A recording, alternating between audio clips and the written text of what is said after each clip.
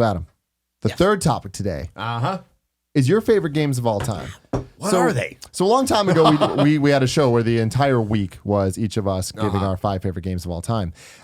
So for you, I asked you to kind of come with your 5. But we don't need to do that. We can just do, when I asked you the questions, what are your favorite games of all time? What comes to mind? What I was starting to do in my head is I was going through generations of consoles.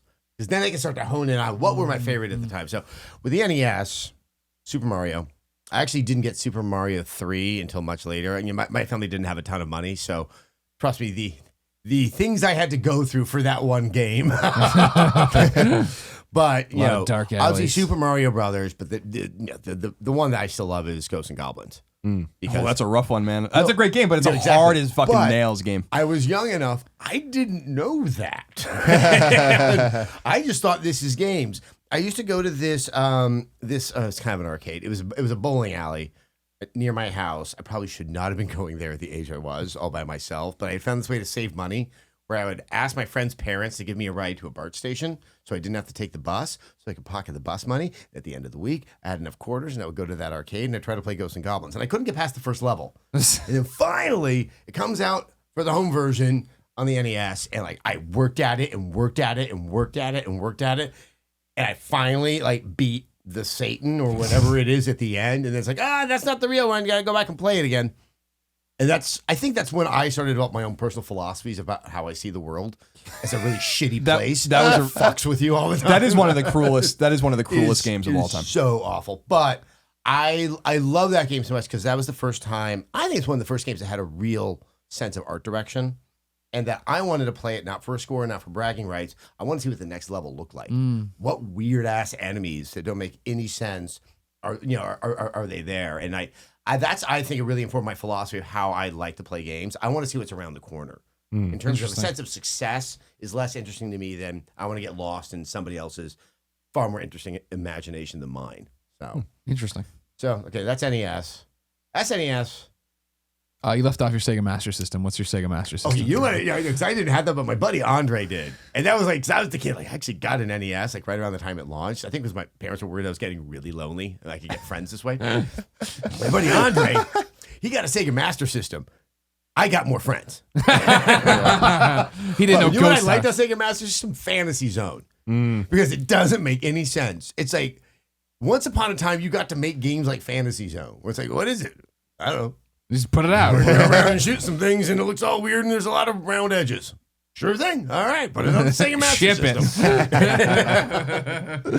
So I mean, those two from like the early era, I really like. I didn't play a ton on SNES. That's when I was in college. Then just games were not going to happen. Sure. What little I had was going to beer. Yeah, it's one or the other. But then when I started, I was on GameSpot TV. I mean, one of the games that always will stand out to me is Banjo Kazooie.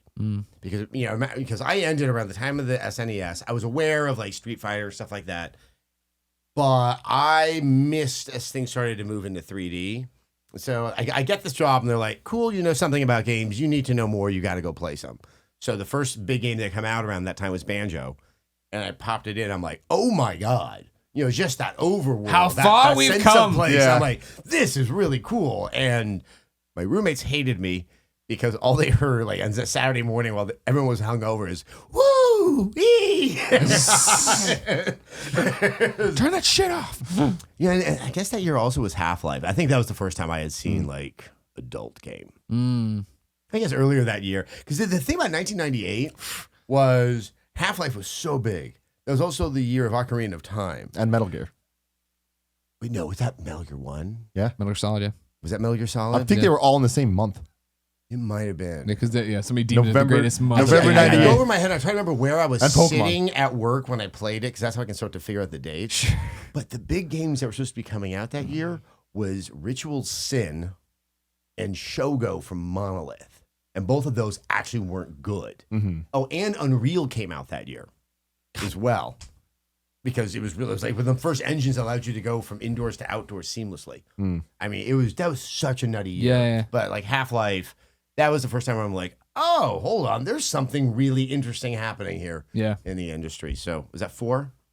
Yeah. What else? What else do I like? I really do like most games. You said Galaxy. Earlier you talked about Galaxy. That's right. Super Mario Galaxy. I love platformers, and that to me was... It's like perfection, man, especially for 3D. It was. I remember I got it. We got it good and early from Nintendo for review because we would say, we need it for video, so please give it to us a month early. And we actually got it. So I went back to review it, and it was a Friday, and I was going to go see some friends and put it in. I thought it was going to be fine, but it was a Wii game, so I didn't know how it was going to work.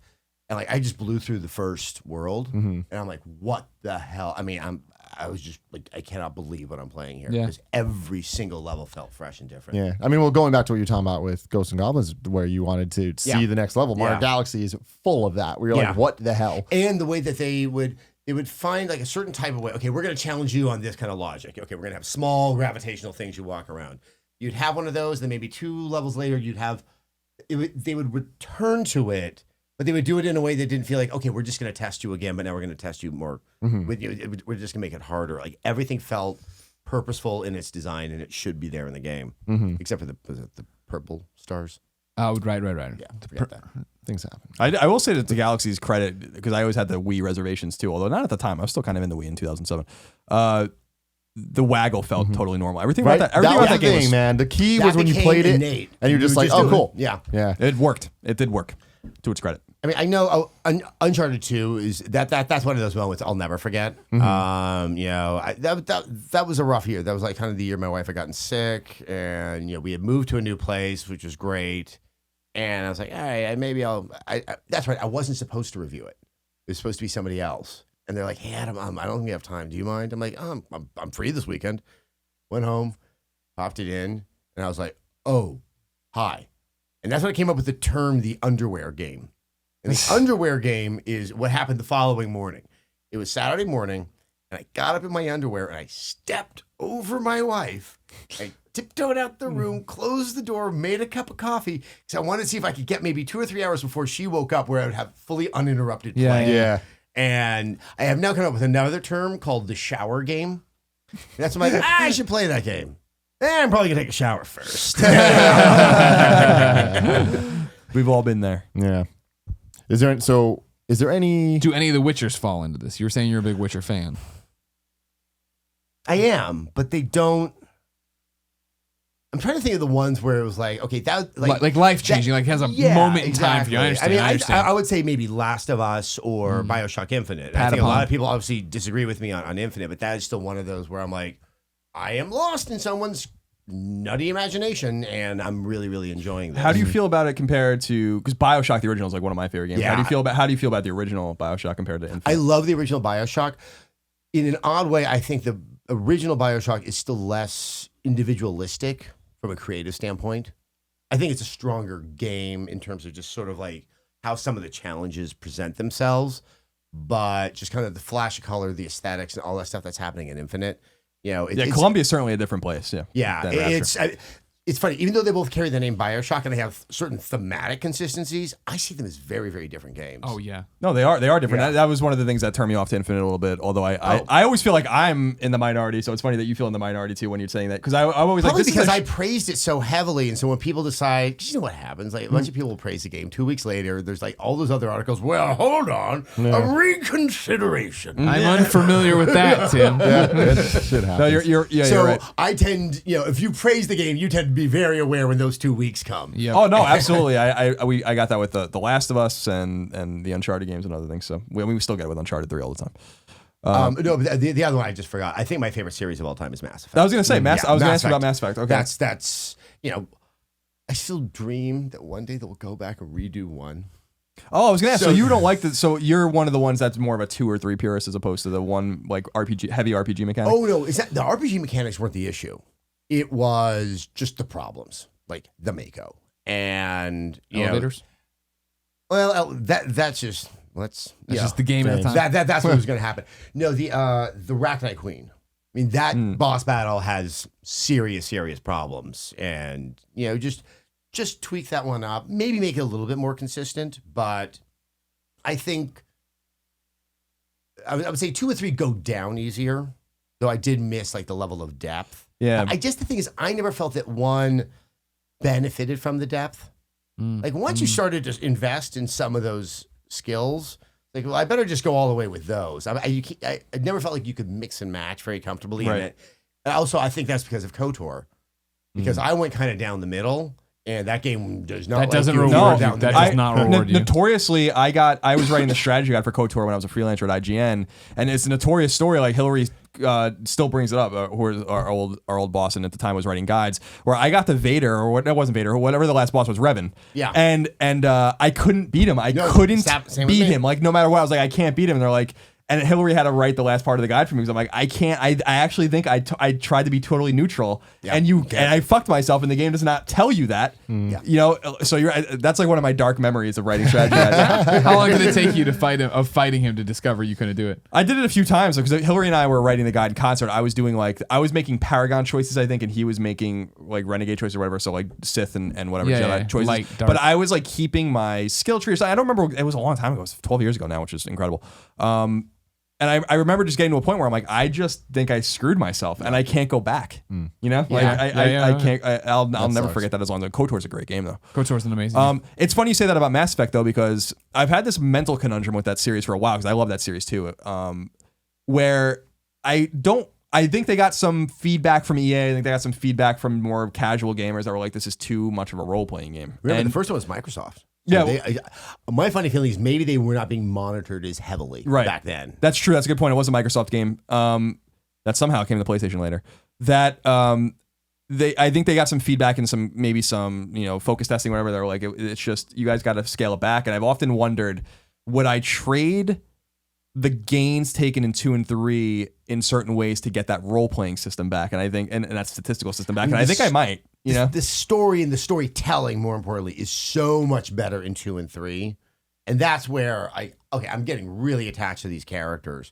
By the time 3 rolls around, it's just like, what? I mean, just seeing how everything is finally happening, and you're seeing, you know, because I had a couple of things that shocked because I somehow stopped the genophage, and no one died. Oh, on a mission? Yeah, nice because job. I played such heavy Renegade, like crazy Renegade.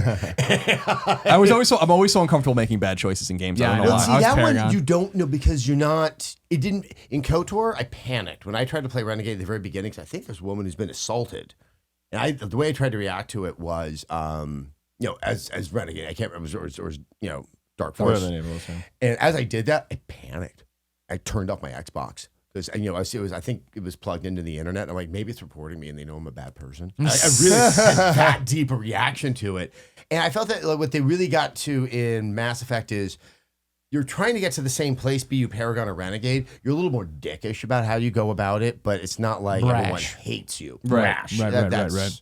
No, that was the thing for me with Mass Effect, and then Mass Effect 2 is that Mass Effect I jumped into and tried to get into, and I got turned off by how deep the RPG stuff was and how just like dense. It was dense, like you were saying. Trees, no, it was more talking to everyone and feeling like if I didn't talk to everyone, I wasn't getting the XP, so it wasn't worth my. And I stopped playing it because it was just like I'm not going to get invested. And then 2 came around and stopped rewarding you. It didn't give you any rewards for talking to people. Now it was, are you in it for the games? How do you want to go? And then building your squad. And like Mass Effect 2 is totally that thing of like I'll never forget Jacob's mission and going out there and Jack's mission and like the connection you had to those characters when I wasn't worrying about like, well, fuck, there's a guy over there. Let's talk to him. What do you think? You're right there. The one thing though, I think that I really think 3 is a great game. In many ways, I think it's the best game in the series in terms of storytelling. I think people were pretty hard on it. I always way too hard because I always describe it as like, what were you exactly expecting? I always describe the story as an upside down pyramid. At some point, you have to get back to the focus peak of it, and it has to end. Yeah.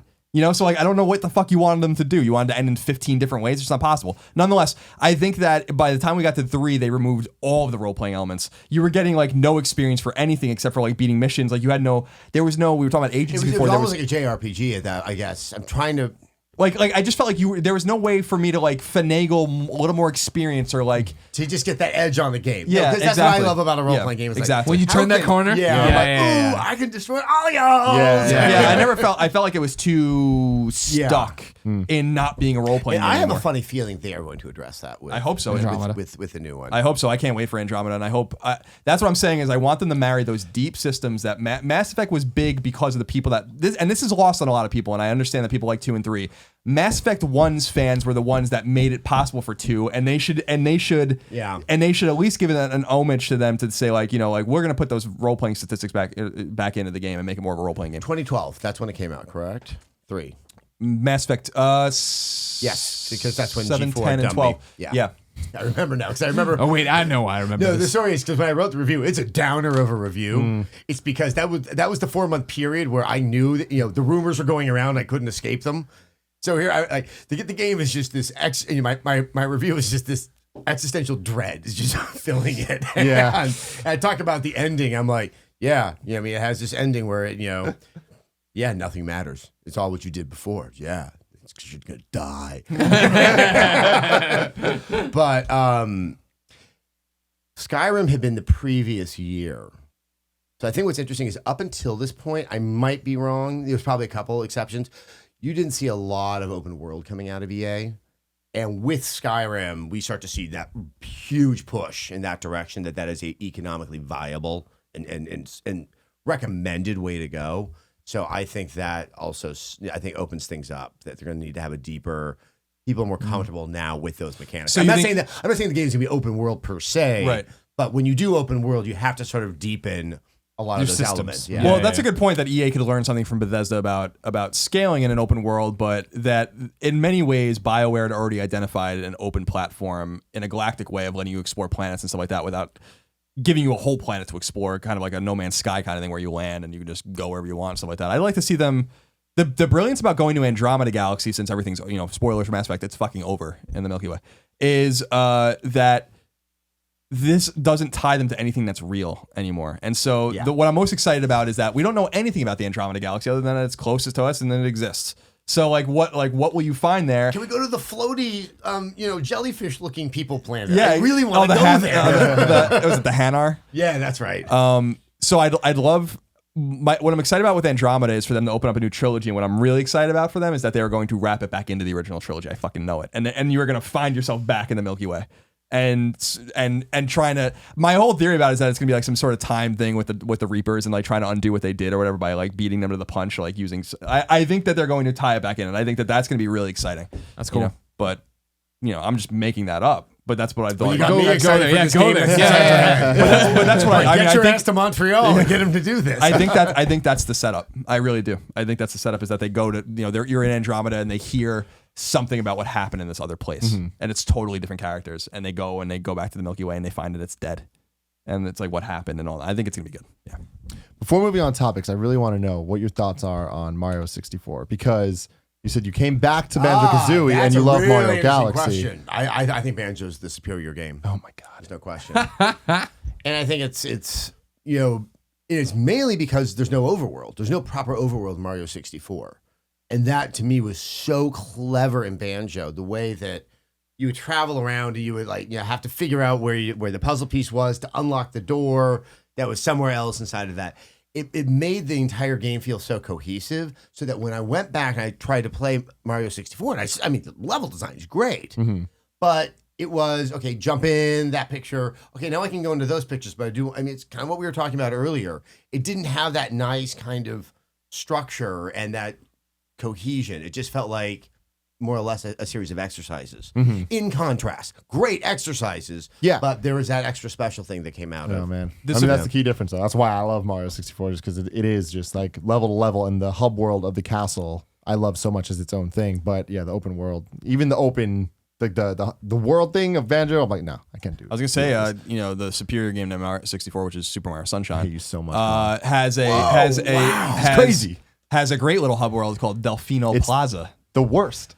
Game sucks. The worst hub world of any of the Mario games, Delfino including Galaxy. Plaza. And Galaxy's hub world was not good. That was probably one of my least favorite things. But it's funny because that didn't bother me. Really, it's like that's and here I am dumbed complaining about down Mario 64. one. Yeah. I think just I think another was camera controls. Yeah, I can't remember what the Banjo camera. They were similar. it was similar to Mario. It was a little bit better. Yeah, because it came out later and they understood it a little more. But okay, Sunshine. You just blew my mind. I know. It's Don't even follow him down this hole, Adam. All right. We'll go down. We'll hold hands and go down whenever you want.